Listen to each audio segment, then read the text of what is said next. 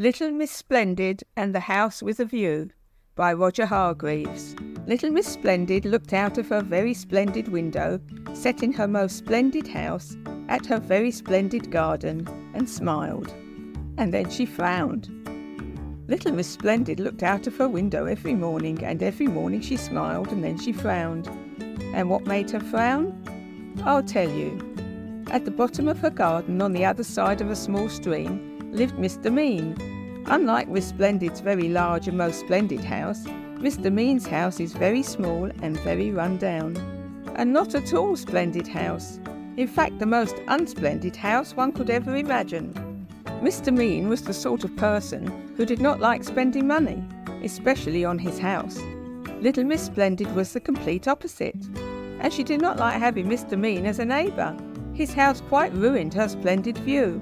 It was on this particular morning, as she stood looking out of her window, that Miss Splendid had an idea. She rang her builder, Mr. Trowel. "Hello," she said, "this is Miss Splendid.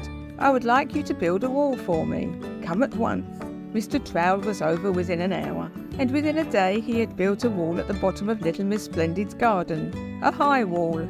A wall that hid Mr. Mean's house. Now, Mr. Mean also liked to look out of his window each morning.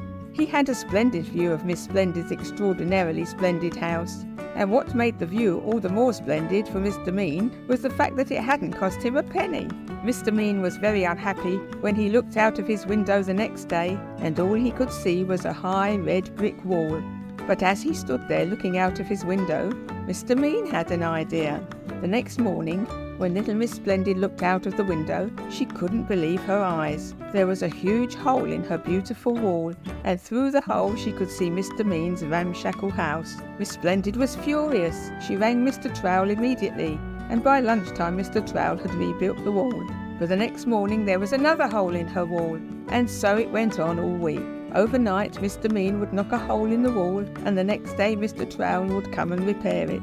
And then one morning, the whole wall had disappeared. But not just the wall. There was no sign of Mr. Mean's house either. "That's strange," said Miss Splendid to herself. She put on her best hat and went to investigate. When she got down to where Mr. Mean's house had been, she heard the sound of building coming from the other side of the hill. She climbed to the top of the hill, and for the second time she couldn't believe her eyes. There was Mr. Busy putting the finishing touches to a house that looked like hers, but was even more splendid. "Looks good, doesn't it?" said a voice behind her. It was Mr. Mean. What? How?" spluttered Miss Splendid. "It was all those bricks that gave me the idea," said Mr. Mean, and grinned. "All those 3 bricks." Little Miss Splendid didn't know what to say. So she didn't say anything, and she went home to her splendid house. A splendid house, but no longer the most splendid house.